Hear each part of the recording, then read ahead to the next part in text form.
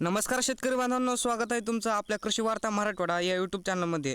शेतकरी बांधवांनो, ग्रामीण पशुधन उद्योजकता योजना ही योजना महाराष्ट्र शासनामार्फत राबवली जात आहे. तसेच यामध्ये गाई म्हशीसाठी काय लाभ मिळतो, कोणाला लाभ मिळतो, किती लाभ मिळतो, तसेच लाभार्थी निवडीचे निकष काय आहेत ते आजच्या व्हिडिओच्या माध्यमातून आपण जाणून घेणार आहोत. तर सर्वात प्रथम लाभाचं स्वरूप काय असणार आहे, तर आपल्याला यामध्ये एक दुधाळ गाय किंवा म्हशीचा तसेच त्यांचा 3 वर्षाचा विमा हे मिळणार आहे, किंवा 2 दुधाळ गायीचा गट किंवा 2 दुधाळ म्हशींचा गट मिळणार आहे. तसेच त्याच्यासोबत त्यांचा 3 वर्षाचा विमा मिळणार आहे. तर यामध्ये लाभार्थी कोण कोण अर्ज करू शकते, तर यामध्ये दारिद्र्य रेषेखालील भूमिहीन व्यक्ती, अल्पभूधारक शेतकरी, अल्पत्यभूधारक शेतकरी तसेच महिला बचत गटाच्या सदस्या देखील या योजनेअंतर्गत अर्ज करू शकतात. तर यामध्ये लाभार्थी निवडीचे निकष काय असणार आहेत, तर यामध्ये सर्वसाधारण प्रवर्ग, अनुसूचित जाती, अनुसूचित जमाती मधील लाभार्थी खालील घटकामधून उतरत्या प्राधान्याने क्रमाने करण्यात येईल.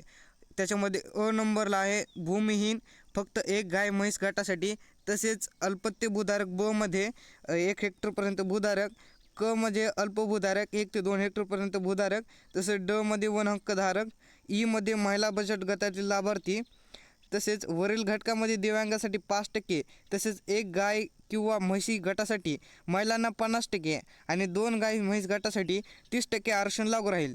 तर यामध्ये जो लाभ देण्यात येणार आहे त्यामध्ये महिलांना जो 1 गाय किंवा म्हशीचा गट आहे त्यासाठी 50% अनुदान देय राहणार आहे.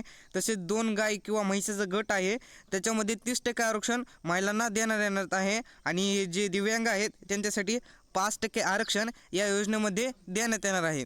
तर यामध्ये पात्रतेचे निकष काय आहेत, तर 1 गाय किंवा म्हैससाठी जमीन धारण्याची आवश्यकता नाही. तसेच 2 गाय म्हैस गटासाठी किमान 1 एकर इतकी जमीन आवश्यक असते. मात्र वन हक्क धारकांना ही अट लागू राहणार नाही.